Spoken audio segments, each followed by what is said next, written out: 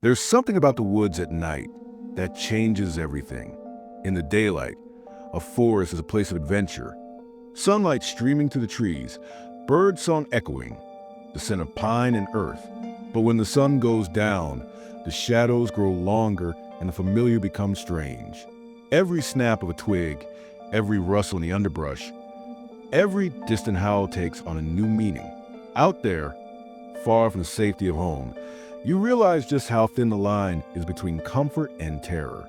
Tonight, I'm sharing 4 true camping stories that will make you think twice before ever pitching a tent again.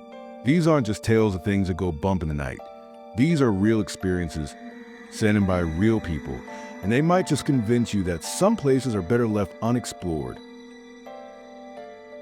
This happened to me and my 2 best friends, Mark and Jamie, during the summer after we graduated from high school.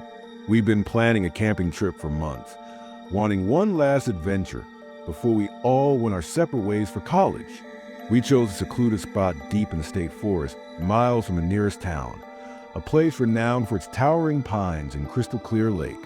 It was supposed to be perfect, just us, the stars, and the quiet of the woods.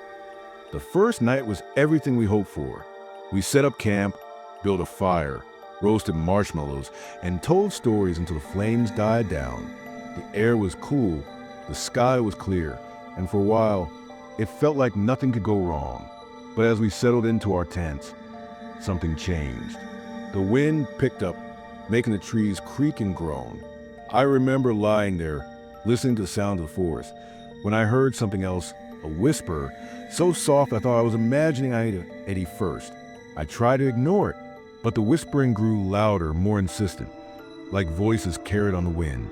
I sat up, heart pounding, and looked over at Mark and Jamie's tent. Their flashlight was on, and I could see their shadows moving inside. I unzipped my tent and called out, trying to sound casual. "You guys hear that?" Mark poked his head out, looking pale. "Yeah," he said. It sounded like talking. We all stood there listening. The whispers seemed to come from every direction, weaving through the trees, impossible to pin down. It wasn't just the wind. There were words, though we couldn't make them out. Jamie wanted to pack up and leave right then, but Mark and I convinced him to wait out. We huddled together by the dying fire, clutching our flashlights, trying to convince ourselves it was just our imaginations. But the whispers didn't stop. They circled our camp, growing louder, more urgent. At one point, I thought I saw a figure moving between the trees, a pale shape, gone as soon as I blinked. We didn't sleep that night. When the sun finally rose, the whispers faded, replaced by the normal sounds of the forest. We packed up and left without saying a word. None of us ever talked about what happened, but I know we all heard the same thing. Sometimes when the wind is just right, I still hear those whispers in my dreams. This story comes from a woman named Sarah who went camping with her boyfriend, Tyler, at a remote lake in the mountains. They'd been together for years, both experienced campers, and they loved finding new places off the beaten path. This lake was supposed to be a hidden gem. No cell service, no crowds, just the 2 of them and the water. The first day was perfect. They fished, swam, and watched the sunset from the shore. As night fell, they built a fire and cooked dinner, laughing and telling stories. But as the fire died down, Sarah noticed something strange across the lake, a small, flickering light, like a lantern or a flashlight. At first, she thought it was another camper, but they hadn't seen anyone else all day. Tyler shrugged it off, saying it was probably just a fisherman or a hiker, but the light didn't move. It stayed in the same spot, flickering on and off, as if someone was signaling. Sarah felt uneasy, but Tyler convinced her to ignore it. They went to bed, but Sarah couldn't sleep. She kept glancing out of the tent, watching the light across the water. Around 2 a.m., she heard footsteps outside their tent, slow, deliberate, crunching through the gravel. She held her breath, listening as the footsteps circled their camp. Tyler was asleep, oblivious. Sarah reached for her phone, but there was no signal. The footsteps stopped right outside the tent. She could see a shadow moving, tall and thin, illuminated by the dying embers of their fire. She wanted to scream, but fear kept her silent. The shadow lingered for what felt like hours, then finally moved away. When the sun rose, Sarah found footprints all around their camp, large muddy prints that led back to the lake. The light across the water was gone. They packed up and left that morning, never looking back. Sarah still wonders who or what was watching them that night, and what might have happened if she'd made a sound. This next story comes from a guy named Ethan, who grew up camping with his family every summer. By the time he was in college, he considered himself a seasoned outdoorsman. He'd seen it all, or so he thought. One August, he and his cousin Jake decided to hike a section of the Appalachian Trail. They planned to spend 3 nights out, carrying everything they needed on their backs, eager for a real challenge. The first 2 days were uneventful, just long hikes, beautiful views, and the kind of exhaustion that makes you sleep like a rock. On the 3rd night, they set up camp in a small clearing a few hundred yards off the main trail. As dusk settled in, they cooked dinner and talked about how quiet it was. No other hikers, no distant voices, just the sounds of the forest. It felt peaceful, almost sacred. That night, Ethan woke up to the sound of footsteps crunching through the leaves.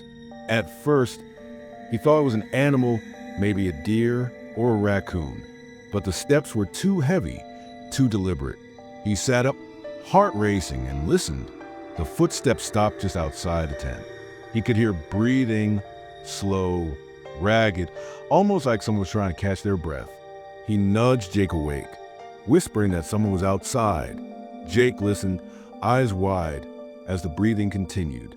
Then, without warning, the zipper on their tent started to move. Ethan grabbed his flashlight and shone at the entrance, but there was no one there. The zipper was half open, swaying slightly in the breeze. They waited, barely breathing, but the footsteps and the breathing were gone. The next morning, they found something that made their blood run cold. Just a few feet from their tent, in the soft earth, were 2 sets of footprints, one theirs and one much larger, barefoot, leading away into the woods. They followed the prints for a few yards before they simply vanished, as if whoever made them had been lifted straight off the ground. There were no other campsites nearby, no signs of another hiker. Ethan and Jake packed up and left, cutting their trip short. To this day, Ethan says he's never felt fear like he did that night, and he hasn't camped off-trail since.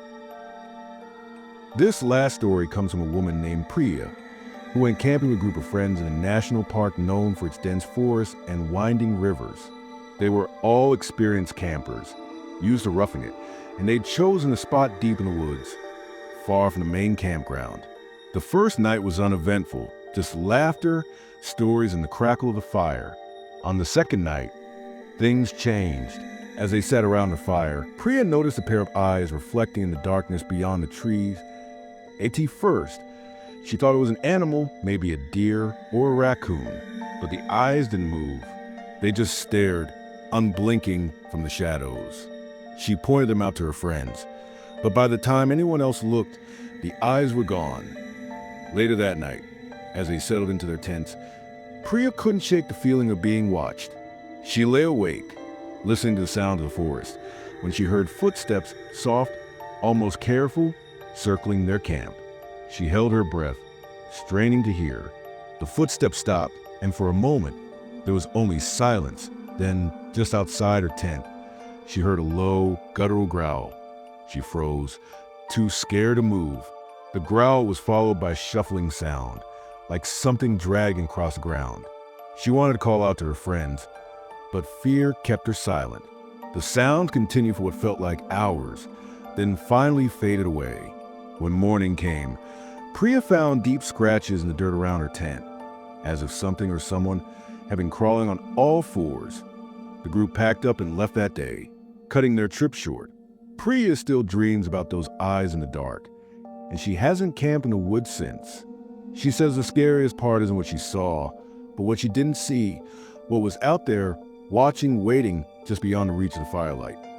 Some stories end with a clear answer, a threat revealed, a lesson learned. But the most haunting camping experiences are the ones that leave you with questions about the wild, about the people you share it with, and about yourself. What if you'd chosen a different campsite? What if you'd ignore that uneasy feeling or dismiss a strange sound as just an animal? What if the thing lurking in the dark was never really an animal at all? These are the thoughts that keep people up at night, long after campfires burned out. After hearing these 4 stories, you might be wondering what connects them. On the surface, they're just random, isolated incidents for people, for campsites, for moments of fear. But if you look closer, you'll see a pattern. The ordinary turned sinister, the familiar made strange. It's not just the wild animals or the unpredictable weather that haunt campers most. It's the things you can't explain, the moments when a world you thought you knew suddenly feels alien and dangerous. Let's go back to the first story, the Whispering Pines. It's easy to dismiss something like that as a trick of the wind, a product of tired minds and overactive imaginations. But for the people who lived it, that night never really ended. Every time they hear the wind in the trees, every time they camp in a new place, they're right back there, huddled by the fire, listening for voices that shouldn't be there. The fear isn't just about what happened. It's about what could happen and what might still be out there, waiting for someone else to stumble into its path. The second story, The Man by the Lake, is a different kind of terror. It's the fear of being watched, of knowing you're not alone even when you should be. Sarah still thinks about that night whenever she's near water, still wonders who or what was out there watching from the other side of the lake. She wonders if it was a person, a lost hiker, or something else entirely. But deep down, she knows what she felt. A presence, cold and patient, waiting for the right moment to step out of the shadows. That Ethan's story, The Vanishing Camper, is about vulnerability. The woods were his playground, a place where he felt strong and free. But one encounter with something he couldn't explain changed all that. Now, every snap of a twig, every rustle in the underbrush sends a jolt of fear through him. He's learned to trust his instincts, to listen to that primal voice that says, "Get out." But he's also learned that safety is an illusion, that danger can find you anywhere, even in the places you love most. And then there's Priya, haunted by the eyes in the dark. For her, the fear wasn't just about what she saw, it was about what she couldn't see.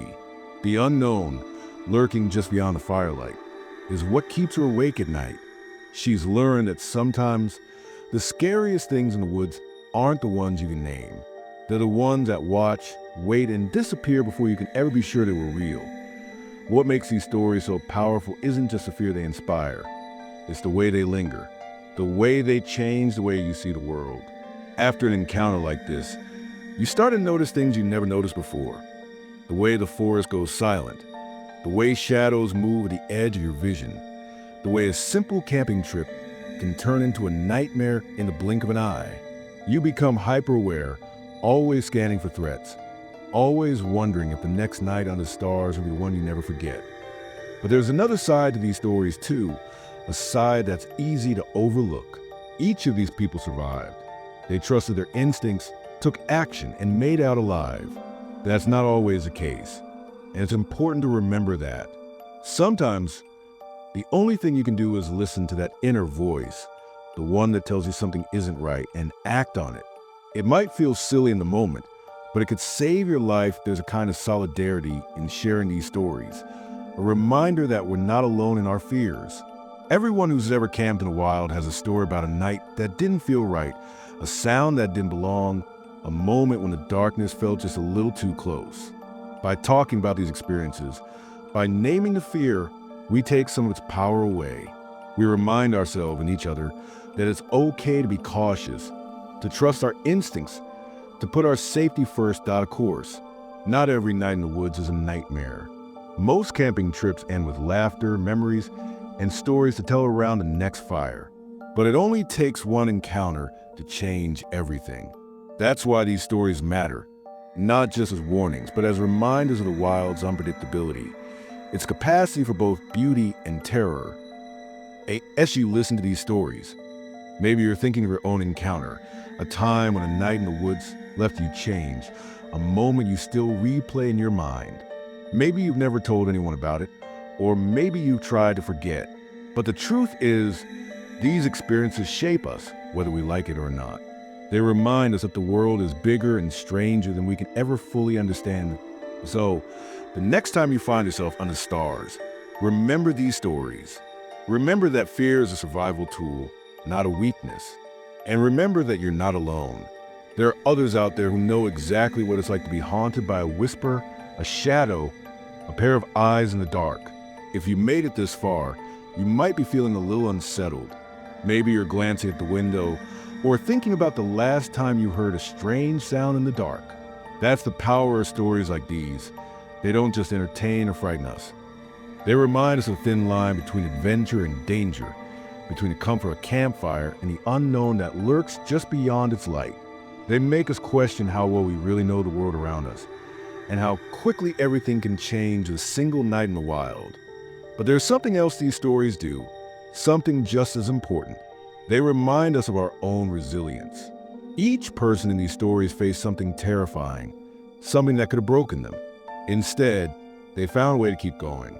They learned to trust themselves, to be more aware, to take precautions they might have once thought unnecessary. They didn't let fear control their lives, even if it changed them.